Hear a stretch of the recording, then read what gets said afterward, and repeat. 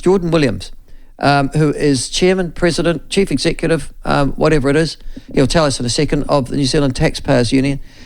He's got a message of his own in the latest missive from the Taxpayers Union, which I'll touch upon at the moment, but also the release of the Taxpayer Union poll yesterday afternoon, which shows that, well, Chris Hipkins is no longer the Prime Minister of New Zealand. Well, I wouldn't have thought that was too revelatory.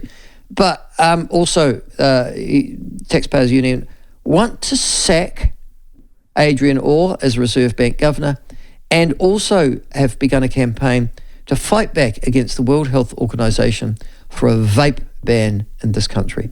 Joining us to talk about these issues, the founder and executive director of the New Zealand Taxpayers Union, Jordan Williams. Jordan, welcome to the show. Nice to have you up so early in the morning. Good morning, Mike. Can I go back, first of all, to the poll? Can I ask a question? It was released yesterday. It's been reported, I see, by the New Zealand Herald. It's all good publicity for the Taxpayers Union. But why? Why did you have one? Well, one of the things with the Taxpayers Union poll is it's just the regularity of it. That the TV companies aren't doing that. They're doing polls when they think it's worthwhile, or when they think they can sort of generate headlines. Look, the poll just conducts monthly. It just ticks over. We don't play any games with the timing. It's just the first week of every month. It's in the field, and then it's about 48 hours after we receive the results, we publish them by the time the graphic designer has done all their work. It is what it is. We probably won't be doing it over summer in January and February, unless, of course, Christopher Luxon hits the ground running and really starts shaking things up. You know, there's talk of getting Parliament together and pushing through legislation before Christmas. Well, if that's the case, if things are going on, then we probably will continue. But look, I like the regularity of it, because it's not often I get lefties saying to me that we're doing God's work or doing a public service, but at least in relation to the polling we do. And for example, during the election campaign, you had seats like Ilam, where you had, and I'm sorry I forgot the name, the chap who leads the Top Party. Oh, yeah. Trying to convince people, and the media here in Auckland are just trying to blow this guy up that he's the second coming, when actually our poll shows he was pretty hopeless. And to be frank, that is a public service, and that it tells the rest of the country, well, actually maybe a vote for Top would be a wasted vote. Yeah, and it was. And yes, you're absolutely right. He wasn't much of a candidate, and he was quite brittle, I have to say, as a personality. Well, he doesn't like polls, but I think it's more that he blames us for his poor result, whereas I would have thought it was the people answering the poll that gave him the poor result. Were you happy with your polling accuracy, by the way, and in terms of the final result? I'd leave that to my pollster. I did see the former, is it Sam Warburton, the former New Zealand Initiative. He's actually quite a lefty economist on Twitter, suggesting that the Taxpayers Union Courier poll was the most accurate when you square the difference from the final result to our poll conducted in the first week of October. Yes, actually the polls were quite accurate as a general rule. There were a few outliers, but yes, you'll be happy with that. Now, the other thing is, and this is the bit that interested me, you've got one of your former members, I think. She was she chairman of your board, Casey Costello? Yeah, she was acting chairman, but she was very good and was acting chairman for nearly a year. So, sorry, my apologies for your listeners. Chairperson. Casey Costello is an incredible woman. She's more known for her leadership on the One Law for All file. She's really been the energy with Don Brash on that Hobson's Pledge effort, and I see that's now got 6 figures in terms of the number of registered supporters. And she's just an incredible woman, very not a natural politician. She's very humble, but incredibly hard worker. And has basically did already, before she was elected to Parliament, I've observed her for a couple of years, pretty much her full-time job was fighting for better policy in New Zealand in relation, she volunteered Taxpayers Union significantly, but more around Hobson's Pledge.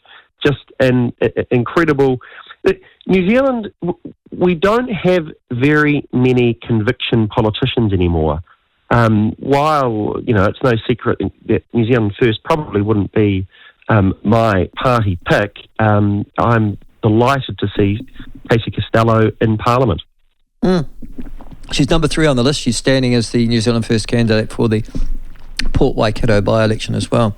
No, it's just it's interesting that, somebody went from the Taxpayers Union from that particular position and is with New Zealand First. I would have thought that would have given a degree of confidence in folk when she was named as a candidate that New Zealand First were not going to be going with the left wing. Yeah, well, she's certainly assured us of that. I see that Winston Peters got all his candidates to stare in the barrel of the camera and say they wouldn't go with Labour. I think he rightly read the mood for change. And there is a bit of a misnomer, though, that the Taxpayers Union is, depending on the side of the bed, Twitter got up on were either the Stooges or the Puppet Masters for ACT, and then the next day it's national. We've had numerous staff come from New Zealand First, and probably actually now it'll be vice versa, get what happens over the next few months. We've had a recent Member of Parliament, her daughter she was a superstar actually, went through our internship program and then became a researcher. I think you'd be surprised that we have not the woke sort of diversity we talk about now, but in terms of hiring, I always make sure we've got diversity of thought. Otherwise, you're only talking to yourselves. Now, the reason I was talking to you, apart from obviously just generally on the issues that the Taxpayer Union has been involved in, is this campaign you've got against vape. Yes. The World Health Organization, you say, have a campaign. They want New Zealand to copy Australia in terms of banning vapes, or at least having them available only by prescription, as I understand, and certainly getting rid of single-issue vapes as well was an issue that was talked about prior to the election. I wasn't aware that the campaign, and you've highlighted this, but please give us some more information. The World Health Organization had taken an international stance on this matter. Yeah, so they've got, I think it's COP18 or something over in Panama in a few weeks' time. And basically, let's just stand back. I'm not a smoker, but I have family that have quit through vaping. And I've got pretty strong views on this because for 10 years I've been getting emails from, it's a small group of our members that do smoke, but they rightly point out, hey, I'm not an idiot. I know smoking's bad for me, and I pay 4 times the amount in tax than what it costs the government for the system. And of course, as smoking rates have decreased, it's the poorer and poorer communities in New Zealand that are left smoking, and we still piddle away tens of millions of dollars on advertising to find the one Kiwi who doesn't yet know that smoking is bad for them. But here's the thing, Michael. New Zealand is a real success story in terms of getting people to quit the durries, and the reason for that is that vapes have been widely available. Australia has the highest tax on cigarettes, income adjusted, anywhere in the world. We're number 2. We've had a success story. They haven't. Their smoking rates haven't come down nearly as fast. I'd argue their government is addicted to the tax revenue. It was only a few years ago here where it was $1 billion. About 2% of government revenue came from smoking alone. The point is that vaping is saving lives. Now, there's a separate question around vaping availability for kids, and as a dad, I worry about that, of course. But there's and to be frank, the government is doing a damn terrible job of enforcing the age restriction on vapes. But the short point is this: if we adopt, because the WHO force it upon us, or it's not really force. What it is it's classic groupthink. You get a couple of thousand bureaucrats from around the world, from the equivalents of the Ministry of Health and the Ministry of Foreign Affairs, and classic New Zealand, we'll sign up to anything. This one we should say no. Australia, it hasn't worked.